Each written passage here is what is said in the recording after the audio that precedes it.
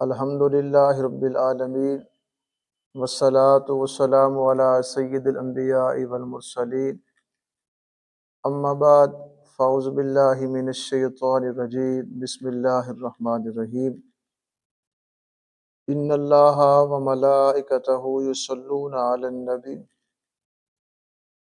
یا ایہا الذین آمنوا صلوا علیہ وسلموا تسلیما الصلاة والسلام علیکہ یا رسول اللہ وعلی آلک وصحابک یا سیدی یا حبیب اللہ الصلاة والسلام علیکہ یا نبی اللہ وعلی آلک وصحابک یا سیدی یا امام الانبیاء والمرسلین ام المؤمنین ام عائشہ صدیقہ رضی اللہ تعالی عنہ اپنے گھر میں موجود ہیں اور حسنین کریمین سرکار کے گھر اپنے نانا کے گھر تشریف لاتے ہیں، اور جیسے ہی آتے ہیں تو دیکھتے ہیں کہ نبی پاک گھر میں موجود نہیں، تو واپس پلٹ کر دونوں شہزادے جانے لگتے ہیں۔ ام عائشہ صدیقہ رضی اللہ تعالی عنہ پیچھے سے آواز دیتی ہے اور حسنین کریمین کو بلا لیتی ہے، کیونکہ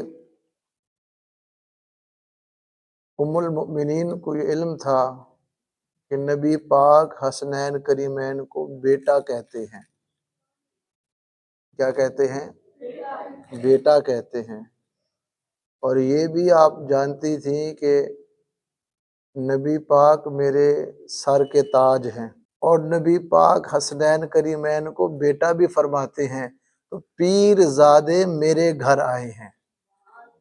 کون آئے ہیں؟ پیر زادے میرے گھر آئے ہیں۔ مومنوں کی ماں نے 1 دینار حسن کو دیا، 1 دینار حسین کو دیا۔ آپ کے پاس ایک چادر آئی تھی، آپ نے اس چادر کے 2 ٹکڑے کیے، ایک امام حسن کو پہنا دیا، ایک امام حسین کو پہنا دیا۔ ویسے کمال ہے، صدیق اکبر کی بیٹی ہے نا، جانتی ہے، مومنوں کی ماں جانتی ہے کہ چادر کے ٹکڑے کہاں کیے جاتے ہیں۔ صدیق غار میں چادر کے ٹکڑے کرتا ہے، اور صدیق کی صدیقہ بیٹی حسنین کریمین کے لیے چادر کے ٹکڑے کرتی ہیں۔ دونوں شہزادوں نے 1 دینار لیا، چادر پہنی، چادریں پہن کر جیسے باہر جانے لگے، ان کے چہرے پہ خوشی تھی۔ حسن کے چہرے پہ خوشی تھی، حسین کے چہرے پہ خوشی تھی، دونوں چہرے مسکرا رہے تھے۔ اس مسکراہٹ کو دیکھ کر مومنوں کی ماں نے ام عائشہ صدیقہ رضی اللہ تعالی عنہا نے فرمایا ثم خرج فرحین مسرورین یضحکان۔ ان کی مسکراہٹ کو دیکھ کر مومنوں کی ماں نے ان کی خوشی کے اندر یہ الفاظ بولے۔ خوشی کے لیے ایک لفظ ہی کافی تھا نا، خوشی کے لیے ایک لفظ ہی کافی تھا، لیکن آپ نے تو اتنے لفظ فرما دیے ہیں۔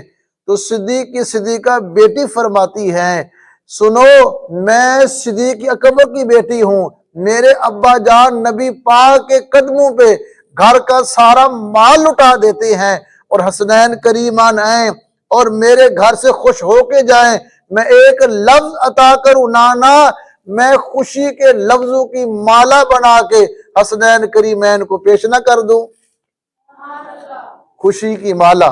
ثم خرج فرحین مسرورین یضحکان، خوشی کی مالا بنا کے حسنین کریمین کو ام المؤمنین نے پیش کر دی، خراج تحسین پیش کر دیا۔ یہ محبت ہے صدیق اکبر کے گھر والوں کی اہل بیت کے ساتھ۔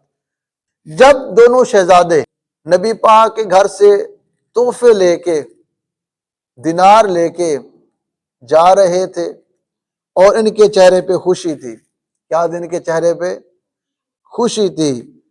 فَلَقِيَهُمَا رسول اللہ صلی اللہ علیہ وسلم، سامنے سے مصطفیٰ کی ملاقات ہو گئی، سرکار کی ان سے